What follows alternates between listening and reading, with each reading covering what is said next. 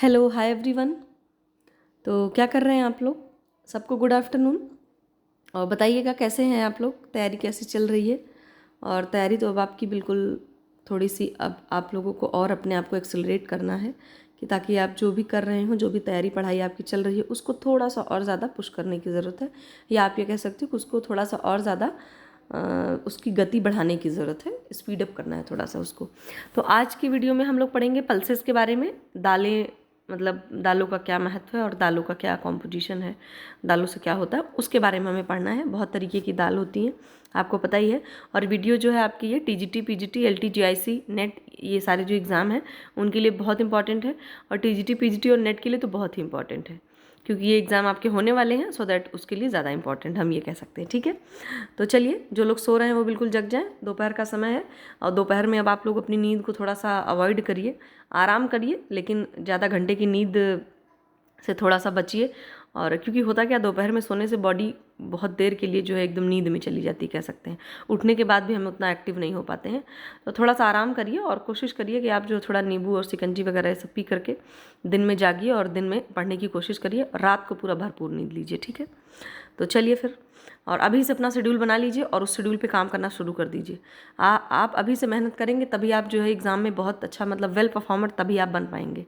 और फिर आपका जो गोल है उसको आप हासिल कर सकते हैं, ठीक है। कोई बड़ी बात नहीं है किसी एग्ज़ाम को क्वालिफाई कर लेना या उसमें सेलेक्ट हो जाना। बस अगर आप सही लीक से, सही डायरेक्शन से काम करेंगे तो आपको कोई नहीं रोक सकता है, ठीक है। चलिए, तो दालें आपको पता है कि खाने योग्य या तो हम दालों का बीज खाते हैं या फिर दालों का फल होता है वो खाते हैं, ठीक है। जो फलियों के अंदर पाई जाती हैं, मतलब जो फलियों के अंदर जो दालें पाई जाती हैं उनको हम लोग जो है फल वाली दालें बोलते हैं या फलियाँ बोलते हैं। सामान्यतः अरहर, चना, उड़द, मूंग, मसूर दाल आदि भोजन में सम्मिलित किया जाता है, ये तो कॉमन सी बात है। राजमा, काबुली चना, सूखी मटर आदि को साबुत रूप में खाया जाता है। साबुत का मतलब यहाँ पर होता है होल ग्रेन, मतलब पूरी तरह पूरा अनाज। जैसे देखिए, हम राजमा खाते हैं तो राजमा आप देखते हो ना, उसमें राजमा में दो मतलब होता है। अगर हम उसको दालों की तरह दल दें उसको, तो वो दो उसमें मतलब दो पार्ट हो जाएगा उसका। लेकिन उसके बाद भी हम उसको क्या करते हैं, होल उसमें ही खाते हैं, मतलब साबुत रूप में खाते हैं, पूरा होल ग्रेन में ही खाते हैं उसके, ठीक है, होल पल्सेस के फॉर्म में ही। काबुली चने को भी हम ऐसे ही खाते हैं। इसके बाद है अब कॉम्पोजिशन, या कह सकते हैं कि हाँ भाई कॉम्पोजिशन की बात है कि दालों का कॉम्पोजिशन कैसा है। तो देखिए, एनर्जी कितनी होती है दालों में। 100 ग्राम दाल अगर आपने खाई है तो 340 किलो कैलोरी आपकी पाई जाएगी। किलो कैलोरी मतलब यही, ठीक है। इसके बाद है हमारा प्रोटीन।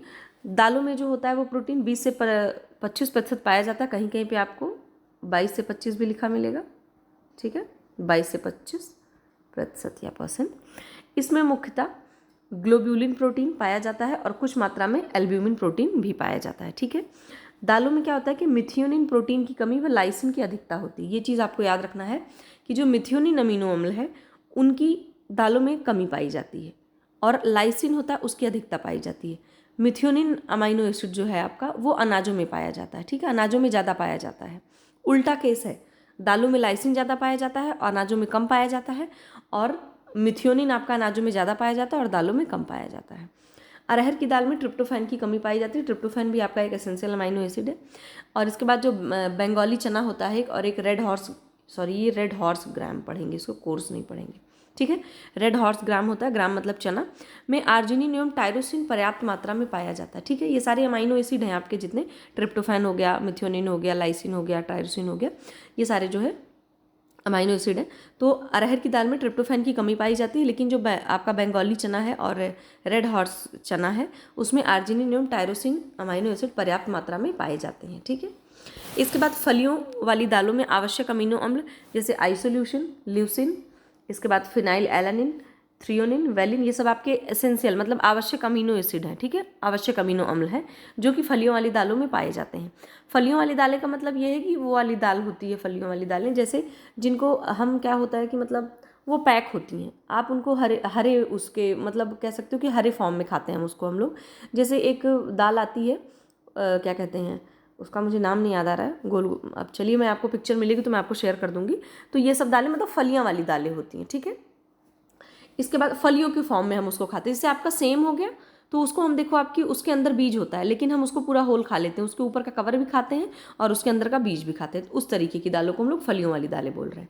कुछ फलियों वाली दालों का प्रोटीन का बायोलॉजिकल वैल्यू इस प्रकार है, ये प्रोटीन का बायोलॉजिकल वैल्यू मतलब कि जैविक मूल्य इस प्रकार है, ठीक है। कुछ फलियों वाली दालों के बारे में देखेंगे हम यहाँ पर। जैसे आपका देखिए पीनट हो गया, पीनट मतलब आपका वही जान नहीं रहे आप, तो इसका जो बायोलॉजिकल वैल्यू है परसेंटेज में वो कितना है 54.5%, ठीक है। जो राजमा है उसका 60 है, सोयाबीन है उसका 65 है, ग्रीन ग्राम है मतलब आपका जो हरा चना होता है 70.4%, अरहर दाल जो आपकी होती है 79.7%, और जो आपका पी है मतलब मटर 81.7%, और जो हमारी लोबिया दाल होती है वो होती है 89.2%, ठीक है। तो ये आपका ये परसेंटेज दिया हुआ है। इससे होता क्या है कि एग्जाम में पूछा जा सकता है कि इसका बायोलॉजिकल वैल्यू कितनी है, इसकी कितनी है, तो आप बता सकते हैं, ठीक है।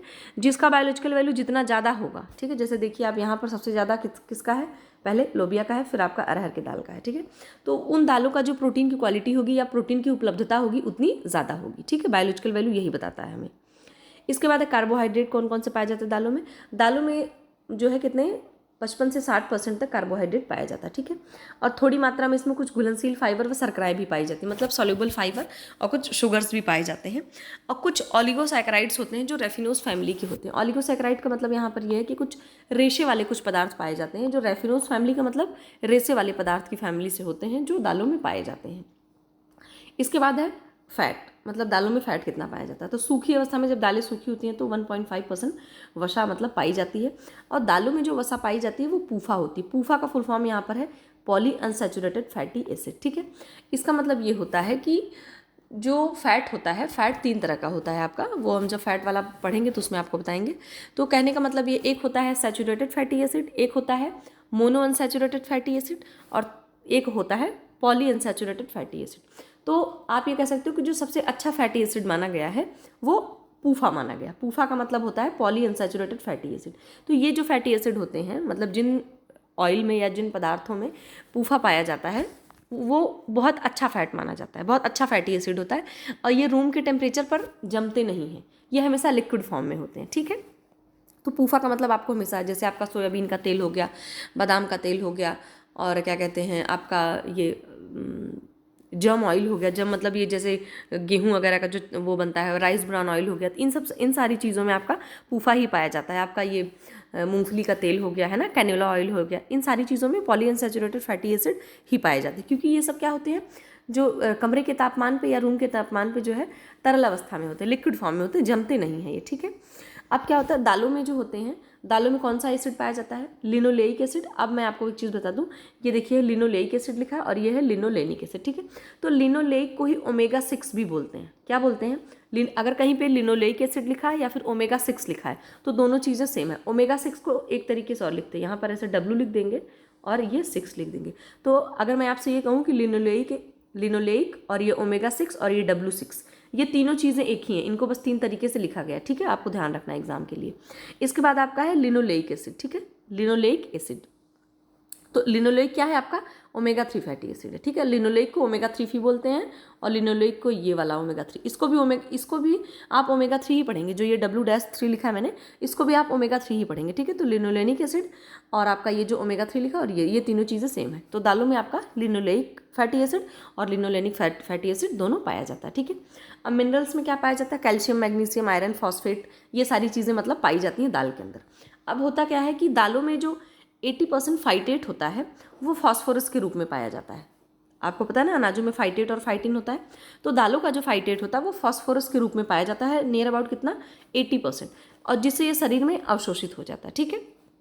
दालों को भिगोने से, पकाने से, अंकुरित करने से दालों में जो है फाइटेट और फाइटिन की मात्रा कम हो जाती है और शरीर में हमारे जो है आयरन और विटामिन सी और कैल्शियम, ये सारी चीज़ें जो है एब्जॉर्ब हो जाती हैं। क्योंकि हमने पढ़ा था ना कि फाइटिन और फाइटेट जो होते हैं वो कैल्शियम आयरन को एब्जॉर्ब होने से रोकते हैं। तो अगर हम उसको जो अनाजों में मतलब थोड़ा प्रसंस्करण हो जाता है, प्रसंस्करण का मतलब है प्रोसेसिंग हो जाती है इस अनाजों में। अब दाल में जैसे हमने इसको भिगो दिया, कुछ सब्सटेंस ऐसे निकल गए, पका दिया तब भी कुछ निकल गए, हमने उसको जर्मिनेट कर दिया तब भी निकल गए। तो इसीलिए यहाँ पे कह रहे हैं कि भिगोने और पकाने से जो है फाइटिन और फाइटेट की मात्रा कम हो जाती है, ठीक है।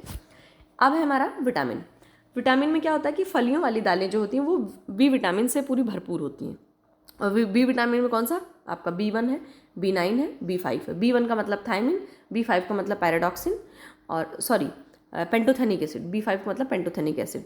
पैराडॉक्सिन आपका B6 होता है, और B9 आपका हो गया फॉलिक एसिड। तो ये उत्कृष्ट सोर्स होती हैं, मतलब कि आप कह सकते हो रिच सोर्स होती हैं, बिल्कुल फलियां वाली जो दालें होती हैं। लेकिन तो दालों में विटामिन ए और विटामिन सी नहीं पाया जाता है।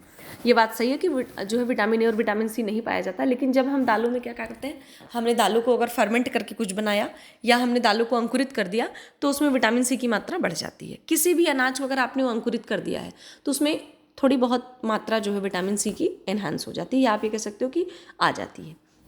अंकुरित करने से, ये देखिए लिखा तो है बिल्कुल, अंकुरित करने से विटामिन सी की मात्रा बढ़ जाती है। सभी दालों में अरहर दाल की जो प्रोटीन होती है सबसे सुपाच्य होती है। कहने का मतलब है ये कि आसानी से पच जाती है और आसानी से डाइजेस्ट हो जाती है, ठीक है। इसके बाद है, अगर दालों में यदि दालों में 8 से 10% पॉलीफिनोलिक यौगिक पाए जाते हैं तो दालों की सुपाच्यता कम हो जाती है। ये पॉलीफिनोलिक ऐसे कंपाउंड होते हैं जो दालों की सुपाच्यता को कम कर देते हैं। तो वैसे ये दालों में पाए नहीं जाते हैं, लेकिन अगर दालों में इनका थोड़ा भी परसेंटेज पाया गया तो दालों की जो डाइजेस्टिबिलिटी होगी वो कम हो जाएगी, ठीक। इसके बाद जो सोयाबीन होता है, सोयाबीन आप जानते होंगे, सोयाबीन में टैनिन की मात्रा पाई जाती है, ठीक है। तो टैनिन एक ऐसा सब्सटेंस है जो सोयाबीन में आप देखते हो ना, अजीब सी महक आती है जब उसको हम भिगोते हैं या खाते हैं तो वो टैनिन की वजह से ही आती है। इसके बाद राजमा में ट्रिप्सिन इनहिबिटर अधिक मात्रा में पाया जाता है। ट्रिप्सिन इनहिबिटर मैंने बताया था एक तरीके का प्रोटीन होता है ये, जो क्या करता है कि जो हमारे शरीर में जो भी आप प्रोटीन वाला सब्सटेंस या प्रोटीन वाला फूड लेते हैं तो उसको पचने से रोकता है, एब्जॉर्ब होने से रोकता है। इनहिबिटर का मतलब क्या है, अवरोधक, ट्रिप्सिन को अवरोधक, ठीक है, मतलब ट्रिप्सिन अवरोधक है ये, और ये राजमा में अधिक मात्रा में पाया जाता है। शायद आपने सुना भी हो कि राजमा खाने के बाद ऐसा होता है कि वो डाइजेस्ट नहीं हो पाता, तो क्यों, कहीं ना कहीं उसमें इस तरह के सब्सटेंस होते हैं जो मतलब पूरी तरीके से फूड को डाइजेस्ट नहीं होने देते हैं। इसके बाद दालों में कुछ oxalate, phytate, insoluble fibre, phytin दालों के कैल्शियम, आयरन को अवशोषित नहीं होने देते।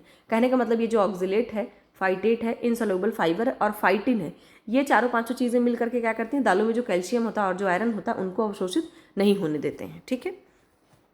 दालों को सुखाकर, अब कैसे हमें दालों को क्या करना है, दालों को सुखाकर गर्म व हल्के नमी वाले स्थान पर संग्रहित करना चाहिए, ठीक है। ना बहुत ठंडी जगह हो, ना बहुत ड्राई प्लेस हो, है ना, नॉर्मल टेम्परेचर रखिए, ना थोड़ा सा नमी भी हो, थोड़ा सा गर्म स्थान हो, वहाँ पर दालों को हमें स्टोर करना चाहिए। इसके बाद लंबे समय से संग्रहित दालों का उपयोग करने से बचना चाहिए, क्योंकि इनकी दालों का प्रोटीन का जो न्यूट्रिटिव वैल्यू होती है वो कम हो जाती है। जैसे आपने मान लीजिए 4 साल से दाल पका के नहीं, 4 साल से दाल को स्टोर करके आपने रखा हुआ है, तो उससे क्या होगा कि उसका जो प्रोटीन का न्यूट्रिशन हो, मतलब प्रोटीन की जो न्यूट्रिटिव वैल्यू है या प्रोटीन की क्वालिटी है वो कम हो जाती है। तो हमें थोड़ा सा अवॉइड करना चाहिए। आप उतनी ही दाल खरीद के घर में स्टोर करें जितना आपका यूज़ हो सके। अब क्या है कि दालों में पाए जाने वाले कुछ टॉक्सिन सब्सटेंस हैं, मतलब टॉक्सिक पदार्थ होते हैं, कुछ विषाक्त होते हैं, जिनसे मतलब हम कैसे बच सकते हैं या कौन कौन से पाए जाते हैं उनके बारे में हमें पढ़ना है, ठीक है। सबसे पहला आपका होता है ट्रिप्सिन इनहिबिटर, वही जो अभी हमने पढ़ा। ये ट्रिप्सिन इनहिबिटर क्या है, अरहर, बंगाली चना, राजमा, सोयाबीन व मटर आदि में ये अवरोधक पाया जाता है। ट्रिप्सिन अवरोधक जो है ये पाया जाता है, ठीक है। ये चीज़ों में ये क्या है, एक तरीके का प्रोटीन है जो आपके डिओडिनम में ट्रिप्सिन एंजाइम की क्रियाशीलता को कम कर देता है। आपको पता है कि हमारे बॉडी में, मतलब हमारे जो डाइजेस्टिव सिस्टम है उसमें स्टमक है आपका, स्मॉल इंटेस्टाइन है, लार्ज इंटेस्टाइन है, तो स्मॉल इंटेस्टाइन का ही ये पार्ट है आपका डिओडिनम, ठीक है। तो डिओडिनम में आपको पता है कि कई सारे एंजाइम्स निकलते हैं जिससे प्रोटीन का डाइजेशन होता है, और स्टमक से भी निकलता है, पैनक्रियास से भी निकलते हैं जूस और एंजाइम्स। तो ये क्या करता है, अगर किसी ने ऐसी दाल खाई है जिसमें ट्रिप्सिन होता है, ट्रिप्सिन अवरोधक होता है, तो ये ट्रिप्सिन अवरोधक क्या करता है, आपके डिओडिनम में जो ट्रिप्सिन एंजाइम निकलता है उसकी क्रियाशीलता को कम कर देता है। तो जब एंजाइम की क्रियाशीलता कम हो जाएगी तो जो आपका प्रोटीन है वो डाइजेस्ट नहीं हो पाएगा, तो इसीलिए कहा जा रहा है कि ये प्रोटीन को जो है डाइजेस्ट होने से रोकता है, ठीक। अब दूसरा है हमारा लेथाइरोजेंस, ठीक है। लेथाइरोजेंस क्या होता है, ये खेसारी दालों में पाया जाता है, और खेसारी दाल का जो वानस्पतिक नाम है वो लेथाइरस स्टाइवस है, और ये सामान्यतः जो है मध्य प्रदेश में उगाया जाता है। होता क्या है, जो खेसारी दाल होती है, पीछे वाले वीडियो में हमने पढ़ा है इसके बारे में, ये जो होता है अरहर की दाल में मिलावट के रूप में इसको मिलाया जाता है, और अगर हमने बहुत ज़्यादा मिलावट वाली इसकी दाल खा ली होती है तो लेथायरिज्म नामक बीमारी हो जाती है, ठीक है। और उससे क्या होता है कि जो हमारा पेरिफेरल सिस्टम है आपका वो अपंग हो जाता है, ज़्यादातर कमर के नीचे का जो पोर्शन होता है वो इंसान अपंग हो जाता है, ठीक है। और ये दाल वैसे यूपी में और इधर उधर बंगाल वगैरह में भी उगाई जाती है, बिहार साइड में भी, लेकिन ज़्यादातर जो है ये एमपी में उगाई जाती है, और स्पेशली इन दालों का काम ही यही होता है कि इनको अरहर के दाल में मिलावट के रूप में यूज़ किया जाता है, क्योंकि ये दिखने में बिल्कुल अरहर के दाल जैसी लगती हैं। तो अगर इससे बहुत ज़्यादा मिलावट वाली चीज़, मतलब इससे बहुत ज़्यादा मिलावट वाली अरहर की दाल अगर हमने खा ली है तो लेथायरिज्म नामक बीमारी हो सकती है। ठीक है, तो आप ये कह सकते हो कि लेथायरिज्म एक ऐसी बीमारी है कि जिसको शरीर के जो पार्ट होते हैं, मतलब आपके कमर के नीचे का पोर्शन जो होता है वो अपंग हो जाता है। ठीक है, कभी कभी ऐसा भी हो जाता है कि पैर इतने ख़राब हो जाते हैं कि लोगों को पैर भी कटवाने पड़ सकते हैं। ठीक है, और इसमें कौन सा ये लेथायरिज्म किस में पाया जाता है? आपकी खेसारी दालों में। ठीक है, इसका आपको वानस्पतिक नाम याद रखना है और इससे बीमारी का नाम क्या याद रखना है? लेथायरिज्म। ठीक है, इसके बाद है थर्ड जो पाया जाता है, ये सारे जितने भी टॉक्सिन सब्सटेंस है ये सब दालों में पाए जाते हैं। तीसरा आपका है फेविज्म। फेविज्म क्या है? ये एक तरह की बीमारी है जिसको हीमोलिटिक एनीमिया के नाम से जानते हैं। ये बीमारी कैसे होती है? कुछ फावा बीन्स होती हैं, ब्रॉड बीन्स होती हैं, ये बीन्स होती हैं, आप देखते हैं ना बीन्स फ्राइड राइस में और सब्जियां वगैरह पकाते हैं डालते हैं, उन्हीं बीन्स की बात हो रही है। तो ये कुछ टाइप ऑफ बीन्स हैं, आप कह सकते हो कि जो ये आपकी फावा बीन्स है और ब्रॉड बीन्स है, इनको खाने से व्यक्ति में क्या होता है? ग्लूकोज 6 डिहाइड्रोजिनेस फॉस्फेट की कमी हो जाने से होता है। ठीक है, ये जो हमने पढ़ा कि ग्लूकोज 6 डिहाइड्रोजिनेज फॉस्फेट की कमी हो जाती है। ये जो बीन्स हम खाएंगे तो आपको जब ये ग्लूकोज 6 डिहाइड्रोजिनेज फॉस्फेट की कमी हो जाती है तो जो है हीमोलिटिक एनीमिया हो जाता है। ठीक है, 4 नंबर पे है हीमोग्लूटिलिन्स। ये भी एक तरीके का सब्सटेंस है। ये क्या होता है? ये किस में पाया जाता है? जो प्रायः फलियां वाली दालें होती हैं उनमें पाया जाता है, जैसे सोयाबीन हो गया, लोबिया हो गया, आपका लाल चने मटर, ये सारी चीज़ें। ठीक है, आपने देखा होगा। तो इन सब चीज़ों में हीमोग्लोटिलिन पाया जाता है। अच्छा, 5th नंबर पे कौन सा सब्सटेंस पाया जा रहा है? सेपोनिन्स। ये विषाक्त तत्व किस में पाया जाता है? सोयाबीन में। ठीक है, सोयाबीन में कई तरह की चीज़ें पाई जाती है, अभी हमने पढ़ा टैनिन भी पाया जाता है और सेपोनिन भी पाया जाता है। ठीक है, तो सेपोनिन युक्त अगर सोयाबीन खा लिए किसी ने तो उसको थोड़ा सा क्या होता है? नौजिया और उल्टी, दस्त, चक्कर, इस तरह आने की समस्याएं हो सकती हैं। इसके बाद है 6 नंबर पे गोइट्रोजेंस। गोइट्रोजेंस का मतलब आपको समझ आ रहा होगा, गोइट्रोजेंस किससे लिया गया है? गोइटर से। गोइटर मतलब घेंघा रोग जो गले में हो जाता है थायराइड ग्रंथ की अतिक्रियाशीलता या कम क्रियाशीलता की वजह से। ठीक है, अब घेंघा रोग उत्पन्न करने वाले कारक शरीर में पहुंचकर, ये दाल में जो गोइट्रोजेंस सब्सटेंस है, आपने दाल खाई, वो शरीर में पहुंचते हैं और जो आपकी थायराइड ग्लैंड है, मतलब थायराइड ग्रंथि द्वारा आयोडीन के अवशोषण को बाधित करते हैं। ठीक है, जो हमारी थायराइड ग्लैंड होती है उसके प्रॉपर फंक्शनिंग के लिए आयोडीन आवश्यक होता है। तो अगर आपके शरीर में जो गोइट्रोजेंस पहुंच गया तो ये थायराइड ग्रंथि से जो आयोडीन का अवशोषण होता है उसको डिस्टर्ब कर देता है जाकर के, नहीं हम तुम्हें जो है अब्जॉर्व नहीं होने देंगे। तो जाहिर सी बात है, जैसे हमारे किसी भी ऑर्गन में डिसफंक्शनिंग स्टार्ट होती है तो जाहिर सी बात है कुछ न कुछ हमारे बॉडी में या हमारे शरीर में कुछ न कुछ गड़बड़ी के रूप में वो उत्पन्न हो जाता है। ठीक है, तो घेंघा उत्पन्न करने वाले जो हैं वो ग्राउंडनट हो गया, ग्राउंडनट मतलब वही आपकी मूंगफली वाली चीज़ें, और सोयाबीन हो गया, मसूर की दाल हो गई, इन सारी चीज़ों में जो है आइसोथायोसाइनेट के रूप में पाया जाता है ये जो गोइट्रोजेंस है। ठीक है, तो अगर हम ये अब इसका मतलब ये नहीं है कि कोई ये सब चीज़ें नहीं खाएगा, इन सब चीज़ों को यूज़ करना है, लेकिन प्रॉपर तरीके से यूज़ करना है, भिगोना है, अंकुरित करना है और बदल बदल के खाना। इसीलिए कहा जाता है कि दालों को हमेशा बदल बदल करके खाना चाहिए। एक ही सिनेरियो में आपको डेली अरहर मटर ऐसी दालें आपको नहीं मतलब खानी है, दिक्कत हो सकती है इन सब चीज़ों से। ठीक है, तो चलिए अब हमारा नेक्स्ट है, नेक्स्ट पाया जाता है आपका टेनिन पाया जाता है। क्या पाया जाता है? टेनिन्स। तो जो ये टेनिन है आपका, ये पॉलीफिनोलिक यौगिक होते हैं। ठीक है, ऐसे तत्व होते हैं जो टेनिन होते हैं। ये अधिकतर फलियों वाली दालों के छिलकों में पाए जाते हैं। जितनी भी फलियां वाली दालें होती हैं, जैसे हम लोग खाते हैं ना भाई, सेम खाते हैं, लोबिया खाते हैं, ये सब कैसी हैं? छिलके सहित हम खा लेते हैं इसको। तो ये उनके छिलकों में पाए जाते हैं टेनिन्स। ठीक है, टैनिन आयरन के अणुओं के साथ जुड़कर शरीर में आयरन के अवशोषण को बाधित करते हैं। देख लिया ना आपने, अभी उधर कैल्शियम को बाधित कर रहा था, ठीक है, वो क्या बोलते हैं फाइटेट, लेकिन अब जो टैनिन है ये यहाँ आयरन को भी बाधित कर रहा है। ठीक, इसके अलावा टैनिन्स जो होते हैं वो बीटा अमाइलेज एवं ट्रिप्सिन के पाचन को भी रोक देते हैं, जिससे प्रोटीन एवं कार्बोहाइड्रेट अपचनशील हो जाता है। समझ गए आप कि ये जो टैनिन है कितना ज़्यादा खतरनाक है कि बीटा अमाइलेज को ट्रिप्सिन के पाचन को भी बाधित कर रहा है, अमाइलेज आपका जो एंजाइम निकलता है। इसके बाद प्रोटीन और कार्बोहाइड्रेट को भी अघुलनशील बना रहा है। तो ये सब जो सब्सटेंस है, देखिए अगर हमने दालों को प्रॉपर मतलब प्रोसेसिंग करके नहीं यूज़ किया तो कितने सारे उसमें मतलब टॉक्सिन्स होते हैं, और फिर जब हमारे कोई दिक्कत हो जाती है तो हम कहते हैं अरे हमने तो इतना अच्छा खाना खाया था, सिर्फ दाल चावल ही तो खाया था। लेकिन आप सोचो कि आजकल चीज़ों में इतनी ज़्यादा मिलावट और इतना ज़्यादा धांधली चल रही है कि हमें मतलब बहुत अवेयर होकर के चीज़ों को यूज़ करने की आवश्यकता है। इसके अलावा क्या होता है कि जो टैनिन है, टैनिन के बारे में काफ़ी कुछ है। इसके अलावा टैनिन बी विटामिन के अवशोषण को भी बाधित करता है। हर चीज़ को बाधित ही कर देता है क्या ये भाई साहब टैनिन। अतः फलियों वाले दालों की भूसी को हटाकर टैनिन की मात्रा कम की जा सकती है। कहने का मतलब ये, अगर हम लोबिया की दाल खा रहे हैं या उस तरह की दालें खा रहे हैं तो उनकी जो भूसी वाली लेयर है थोड़ा, उसको हटा करके अगर खाएं तो टैनिन की मात्रा को थोड़ा सा कम किया जा सकता है। इसके बाद ये बहुत इंपॉर्टेंट है, इसको आप लोग जरूर इंपॉर्टेंट करके लिखना। सफ़ेद छिलके वाली दालों में, जो सफ़ेद छिलके वाली दालें होती हैं, जैसे आपकी क्या कहते हैं, राजमा आपका सफ़ेद वाला हो गया, लोबिया आपकी सफ़ेद वाली दाल हो गई, तो टैनिन की मात्रा अधिक होती है, ठीक है। और लाल व काली छिलकों वाली दाल में टैनिन की मात्रा कम होती है, जैसे आपका लाल राजमा हो गया और काली वो मसूर की दाल हो गई, इन सारी चीज़ों की बात हो रही है, ठीक है। तो आप इससे देख सकते हैं कि सफ़ेद छिलके वाली दालें हैं तो उसमें टैनिन अधिक, और अगर कम मतलब लाल और ब्लैक वाली कलर की है तो टैनिन की मात्रा कम होगी, ठीक है। इसके बाद है दालों को पकाने का प्रभाव। जैसे दाल को जब पकाते हैं तो उन पर मतलब क्या प्रभाव पड़ता है दालों पर। देखिए सबसे फर्स्ट नंबर पे हमारा प्रतिपोषकीय कारकों का नष्ट होना, ठीक है। जब हम दाल को पकाते हैं तो उसमें कुछ ऐसे कारक होते हैं जो नष्ट हो जाते हैं।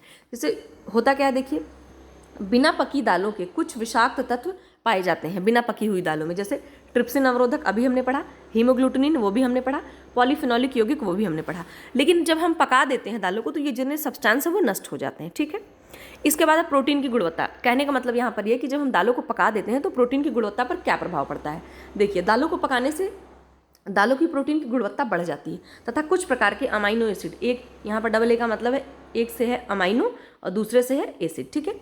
तो कुछ प्रकार की अमाइनो एसिड की गुणवत्ता बढ़ जाती है। प्रोटीन की गुणवत्ता पानी के साथ पकाने पर अधिक अच्छी होती है अपेक्षाकृत सूखी विधि से पकाने पर। कहने का मतलब ये है दालों को हम पानी डाल करके से उबाल करके पकाते हैं तो उनकी क्वालिटी ज़्यादा अच्छी होती है, ठीक है। सूखी विधि से आपको उसको नहीं पकाना है। इसके बाद विटामिन का क्या प्रभाव पड़ता है। विटामिन B1 जो होता है वो नष्ट हो जाता है। ये जो आपका विटामिन B1 है जिन चीज़ों में भी पाया जाएगा, अगर हम उसको कुक करेंगे तो आप समझो कि उसको नष्ट ही होना, क्योंकि ये क्या होता है कि ये हीट सेंसिटिव होते हैं, मतलब कि ताप संवेदनशील होते हैं। जैसे इनके ताप पहुँचेगा इन पर, ये नष्ट हो जाते हैं। इसके बाद मिनरल्स है। अब मिनरल्स का क्या प्रभाव पड़ता है। पकाने से जो दालों का कैल्शियम, मैग्नीशियम, आयरन होता है वो थोड़ी मात्रा में प्रभावित होता है, ऐसा ज़्यादा नहीं होता पर थोड़ी मात्रा में हो जाता है। इसके बाद कलर जो होता है दालों का, सोडियम मेटाबाइसल्फाइड दालों के रंगों को बनाए रखने के लिए प्रभावी होता है। समझ गए आप, एग्जाम में ये चीज़ पूछी गई है सोडियम मेटाबाइसल्फाइड की बात, ठीक है। रंगों को बनाए रखने के लिए प्रभावी होता है, मतलब जो कलर होता है दालों का वो इस वजह से बना हुआ रहता है, जाता नहीं है। इसके बाद संग्रहण करने की स्थिति, मतलब स्टोर करने की स्थिति कैसी होनी चाहिए।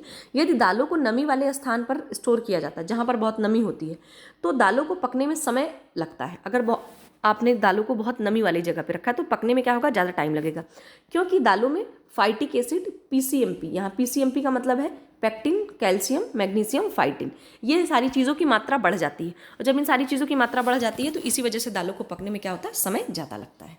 इसके बाद फाइटिन की मात्रा। दालों में यदि फाइटिन अधिक पाया जाता है तो उसके कणों के साथ फाइटिन भी ऐड होता है। समझ रहे हैं आप क्या होता है कि, सॉरी ये फॉस्फोरस पढ़ेंगे इसको। दालों में यदि फॉस्फोरस अधिक पाया जाता है तो उनके कणों के साथ फाइटिन भी ऐड होता है, अभी हमने पीछे पढ़ा था, ठीक है। तो फाइटिन की उपस्थिति से जो दाल होती है वो जल्दी पक जाती है। समझ गए आप। इसके बाद हमारा नेक्स्ट कैल्शियम एवं मैग्नीशियम। दालों में जो कैल्शियम और मैग्नीशियम होता है उनका पकाने पे क्या प्रभाव पड़ता है। यदि दालों में कैल्शियम, ये आपका कैल्शियम शॉर्ट फॉर्म में लिखा है, कैल्शियम एवं मैग्नीशियम आघुलनशील रूप में पाया जाता है तो दालों को पकने में अधिक समय लगता है। कहने का मतलब अगर जो कैल्शियम और मैग्नीशियम है वो इनसॉल्युबल फॉर्म में पाया जा रहा है तो दालों को पकने में टाइम लगेगा। अच्छा, इसके बाद है सेल्यूलोज। सेल्यूलोज आपको पता है ये पॉलीसैकेराइड है, कार्बोहाइड्रेट का एक प्रकार है। जिस तरीके से स्टार्च एक प्रकार है कार्बोहाइड्रेट का, उसी तरीके से ये भी आपका सेल्यूलोज एक टाइप है, टाइप ऑफ कार्बोहाइड्रेट। और कार्बोहाइड्रेट में कौन सा टाइप है, ये पॉलीसैकेराइड के अंतर्गत आता है, ठीक है। दालों में क्या होता है, लिग्निन और बीटा सेल्यूलोज पाया जाता है, ठीक है। लिग्निन एक तरीके का आपका सोल्यूबल फाइबर होता है, जो आई थिंक उसमें क्या कहते हैं, जो मेथी होती है उसमें पाया जाता है लिग्निन फाइबर। ये दालों के छिलकों में पाया जाता है, ठीक है। तो दालों के छिलकों में भी पाया जाता है आपका जो बीटा सेल्यूलोज है और जो लिग्निन होता है, ठीक है। तो ये एक तरीके के सोल्यूबल फाइबर है जो आपके मतलब हेल्थ के लिए अच्छे होते हैं, आपको पता है फाइबर अच्छे होते ही हैं। तो आपका यहाँ पे दालों वाला चैप्टर खत्म होता है। आज रात तक या आज शाम तक हम लोग नट्स और ऑयल सीड्स के बारे में भी पढ़ लेंगे।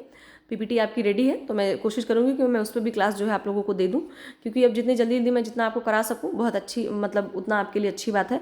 और इसमें थोड़ा सा डिटेल वाली चीज़ें लिखी हुई हैं, आपको सब पढ़ना है। एग्जाम में आपको कहीं से भी कुछ भी पूछा जा सकता है। मैंने आपको बार बार बोला है कि डीप स्टडी करिए, भागिए नहीं आप, ठीक है। भागने से क्या मतलब ऊपर ऊपर पढ़ेंगे तो थोड़ा सा दिक्कत हो सकती है, ऐसे आप पढ़ेंगे तो प्रॉपर आपको पता चल पाएगा। और मैंने इसको आगे ही ऐड नहीं किया, नट्स वाला चैप्टर, क्योंकि बहुत ज़्यादा हो जाएगा। तो ये आपकी देखिए 24 से 25 मिनट की वीडियो है, आराम से देखिए। थोड़ा बहुत अगर इसमें नोट्स बना सकते हैं तो बना लीजिए, अदरवाइज स्क्रीनशॉट ले लीजिए। तो चलिए फिर मिलते हैं हम लोग शाम को या फिर कल मिलते हैं, और तब तक आप लोग अपना ध्यान रखिए और रिवाइज करते रहिए। और मैं बहुत जल्दी आप लोगों के लिए प्रीवियस ईयर क्वेश्चन जो है टीजीटी पीजीटी के वो कराने की कोशिश करूँगी। अभी थोड़ा इधर काम है, तो बट जैसे ही फ्री होती हूँ तुरंत आपको कराऊंगी। प्रीवियस ईयर जरूर करिए, और प्रीवियस ईयर हम लोग काफ़ी डिटेल उसमें करेंगे, परेशान नहीं होना आपको, सब कराया जाएगा। और धैर्य रखिए थोड़ा सा।